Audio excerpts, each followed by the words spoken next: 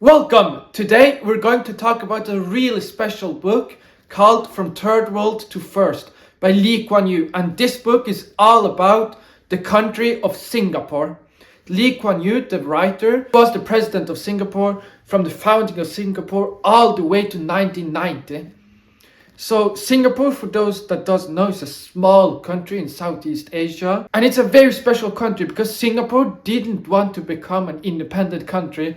He wanted to be a part of Malaysia, but he was kicked out of Malaysia and he had to be an independent country. When this happened, Lee Kuan Yew, the founder, cried on national television. He didn't think Singapore was going to survive. And a lot of experts and a lot of newspapers wrote that Singapore could not survive. It didn't have any geographical advantages. It had little water. It was ethnic tensions inside Singapore. It had no military. It was surrounded by much bigger nations. So everyone thought that Singapore was going to fail.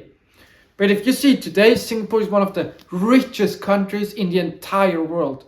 It's known for being very safe, very clean, and it enjoys a very high standard of living. So this book is all about the story of Singapore. But it's not just about the story of Singapore. The central question is, why do some countries succeed but other countries fail? Singapore had every reason not to succeed. It was destined to fail. As I said, no natural resources, nothing that stands out. So why did it succeed while other nations with a lot of resources doesn't succeed? And so that question is what this book is all about. So stay tuned because we're going to talk a little bit more about who Lee Kuan Yew was. We're going to answer the big questions according to this book for why some countries succeed. And we're also going to look at some of the criticism against Lee Kuan Yew, especially when it comes to democracy and freedom of speech and human rights issues. So stay tuned for this incredible video. Okay, so first of all, before we start going into the book itself, let's talk a little bit about who Lee Kuan Yew is. So Lee Kuan Yew was the first Prime Minister of Singapore even before it gained its independence in 1965. Lee Kuan Yew became the Prime Minister of Singapore in 1959, even before Singapore gained independence in 1965, and he was the Prime Minister all the way to the 1990s. So he's a very famous Singapore politician, and he's credited with making Singapore into the incredible rich country it is today. Because when he became Prime Minister, Singapore was just a poor fishing village. It was nothing special, and no one could ever imagine that it would be transformed into the incredible country it is today. So Lee Kuan Yew, he was born in 1923 under British rule. So Singapore was part of the British Empire, and the British, they seemed invincible. So as a lot of the elite in Singapore, Lee Kuan Yew got a Western education, and he had a very fondness or affinity for the British. He liked them. But what would shape Lee Kuan Yew's life, his early life, was the Japanese occupation of Singapore. The Japanese occupation, it shattered the image of the British being invincible, and the Japanese, they were incredibly brutal, and Lee Kuan Yew would never forget this brutality during the occupation years. After the occupation years, when the war ended, he went to Cambridge in England and studied law, and he became a politician, an anti-colonial politician. But what set Lee Kuan Yew apart from a lot of other anti-colonial politicians in Africa and Latin America was that he wasn't very ideological. He was very practical. He believed in what worked in practice. So he didn't stick to his ideology if he didn't believe that it would actually work. He had a very practical approach to things. And of course, he's been criticized for this, but that is one of the reasons why he believed that Singapore became what it is today, because he always took a very practical approach to things. no matter what it was, if it was education, military. And when Lee Kuan Yew died in 2015, a whole week of national mourning, a national mourning was announced, and 1.7 million paid tribute to him. Because a lot of people in Singapore, they tribute its success solely to Lee Kuan Yew.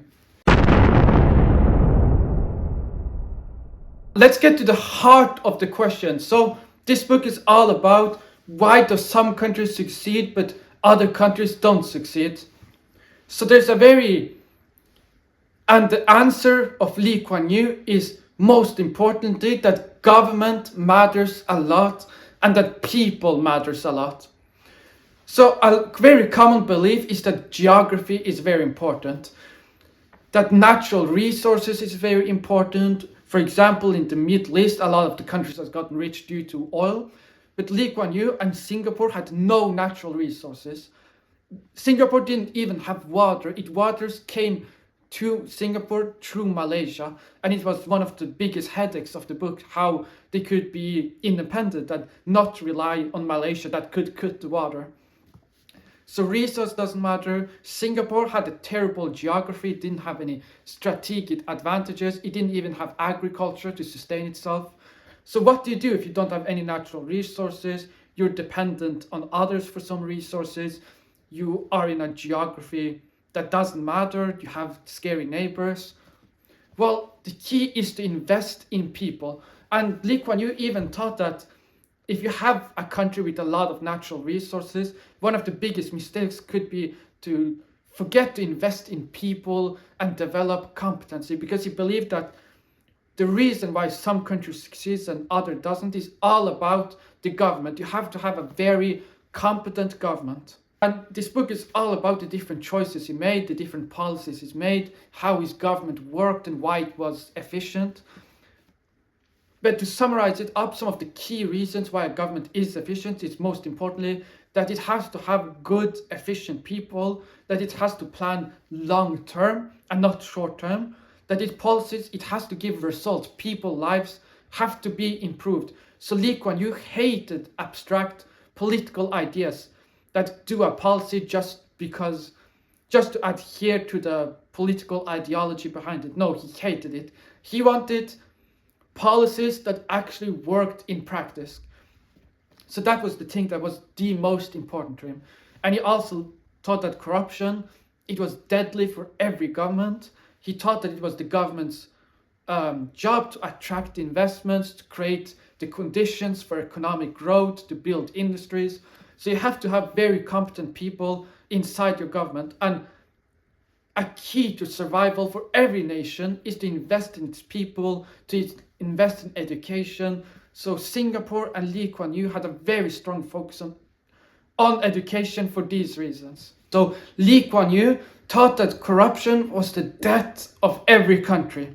Corruption is something every country has to fight against. So corruption is not just a side effect of being poor. Corruption is a choice and you have to fight it. So Singapore has one of the strongest anti-corruption laws in the entire world, and they apply to everyone.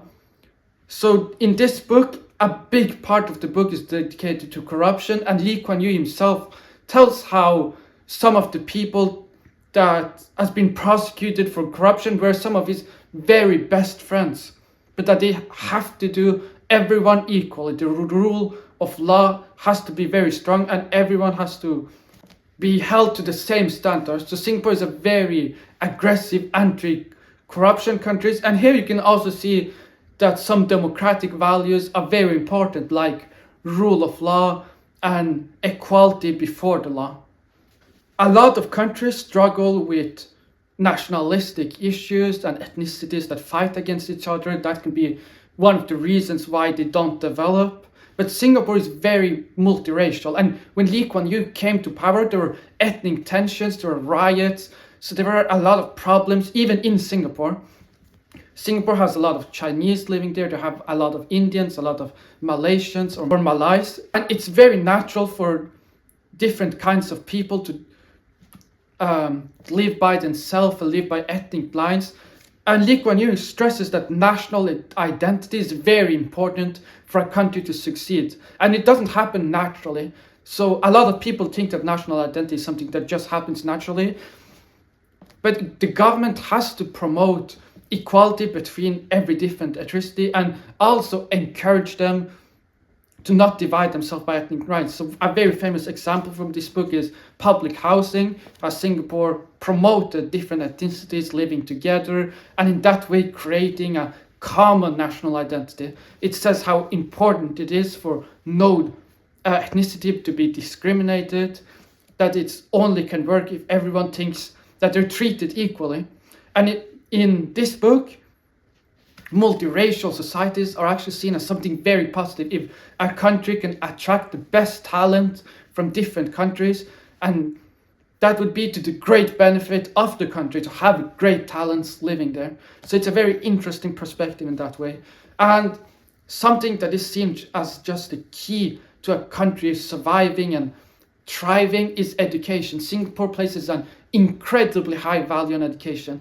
It doesn't have a lot of natural resources, it doesn't have oil or gold or diamonds, but it has its people. And it places very high value on its people to give them a good education, for its people to study in other countries and getting different ideas from different places. So education is the key to creating very competent people, and that's one of the things that is enhanced in this book as a reason to explain why Singapore has become successful and why some countries become successful while others don't. Now, one of the aspects of this book that is a bit more controversial is Lee Kuan Yew's focus on culture. He was a very big proponent of Asian culture. Now, Lee Kuan Yew, he thought that one of the reasons a country becomes successful is public institutions, and it's very important that the people trust these public institutions. But he had a very heavy focus on the culture too.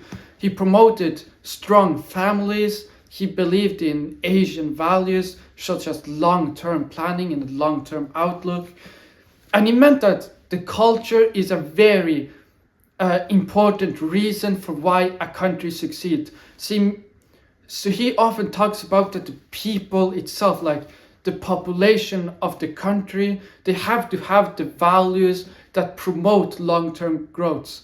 And he has a very heavy focus on families, an example. And this is to the contrast to a lot of Western intellectuals that mean that public institutions is a lot more important than cultural values. So this is a very interesting outlook. And his policies that is described in this book to promote strong families and promote Asian values are often criticized for limiting individual freedom. So there's a balance there, and he says that one of the reasons Singapore became so successful is because its cultural values, and countries that don't have values that promotes growth has to work to promote these values. So it's a very interesting outlook in that way. And another thing that Lee Kuan Yew is criticized a lot by is something that falls under this, which is that he believes that democracies don't automatically lead to a successful country. So here in the West, there's a very common belief that if a country becomes a democracy, it will automatically also have a very high economic growth, but that's not always the case. And Lee Kuan Yew argues that an autocratic government that has a very competent government will always have a higher economic growth than a democratic country that is corrupt. So and this isn't a criticism of democracy in itself, because Lee Kuan Yew is a big fan of a lot of democratic values, such as a strong rule of law, equality. But at the same time, he believes that government is a lot more important than democracy. And this brings up some questions regarding how much a country should emphasize individual freedoms against economic growth. And this book doesn't really answer that, but it brings up Lee Kuan Yew's observations and places the questions in front of you. And Singapore in itself is classified as a democracy, but Lee Kuan Yew has been criticized a lot for limiting the freedom of the press, for limiting the opposition parties, for suing the opposition parties. And he believes that all this enhances the culture, it enhances people's respect for the institutions, and he argues that this leads to a more competent government.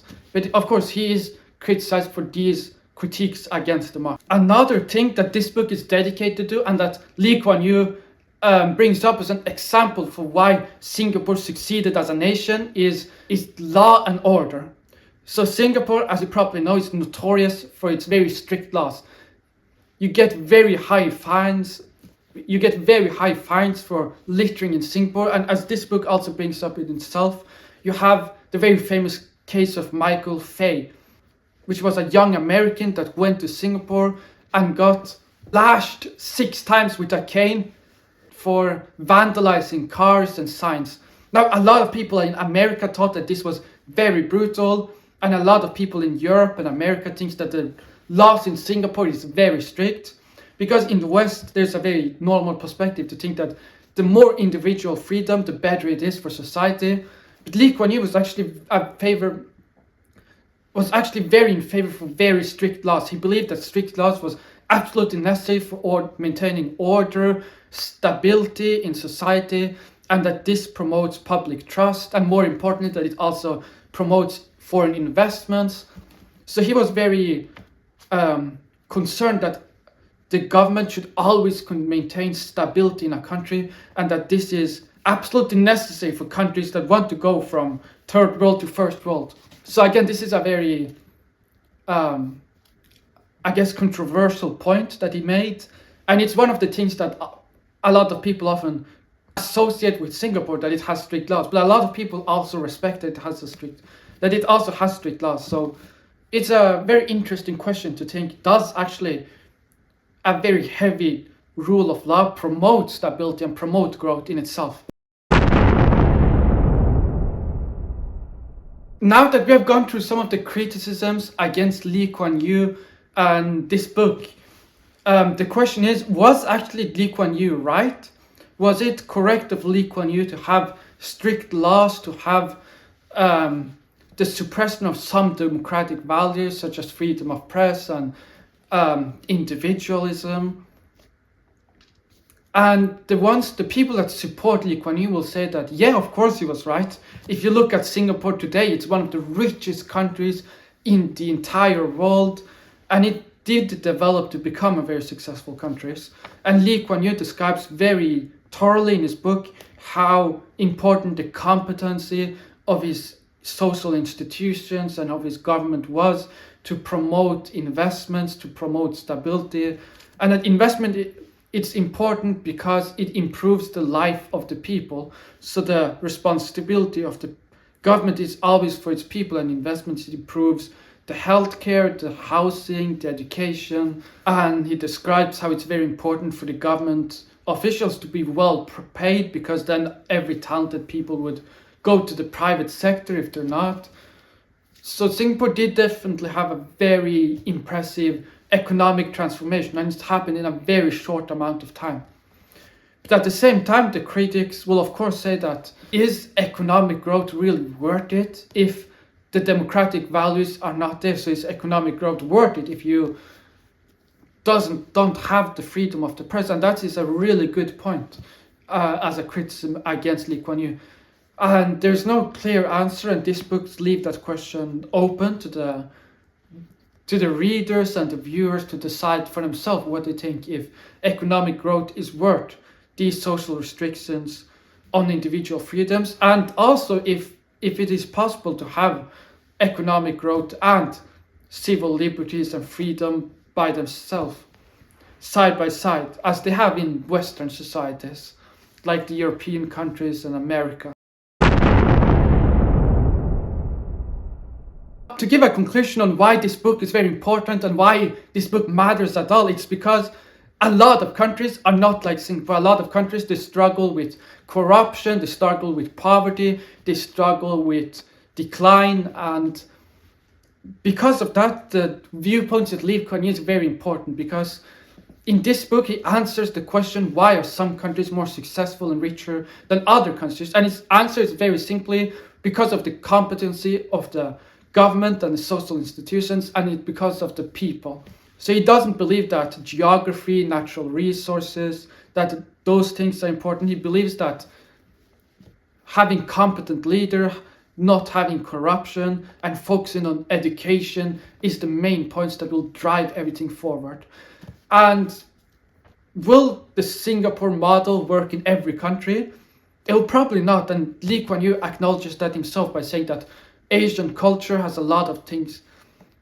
Was a very big point of the book in itself too, that was part of shaping Singapore, because the people was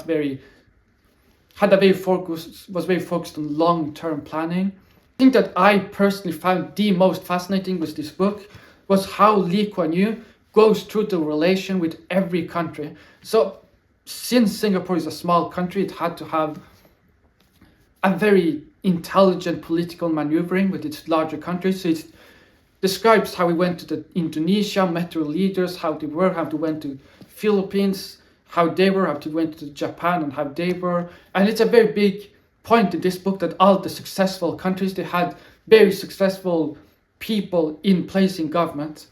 It's a very interesting read because it describes that the key is to have a competent government, and it describes how you get competent government, competent people, and how you promote values that can be successful. Now, thank you for watching this video. Please leave a comment and let us know what you think about Lee Kuan Yew, about this book, and if you believe that Lee Kuan Yew was justified in the restriction he placed on the rule of law, on freedom of the press, and his look on individualism versus the greater good. Thank you.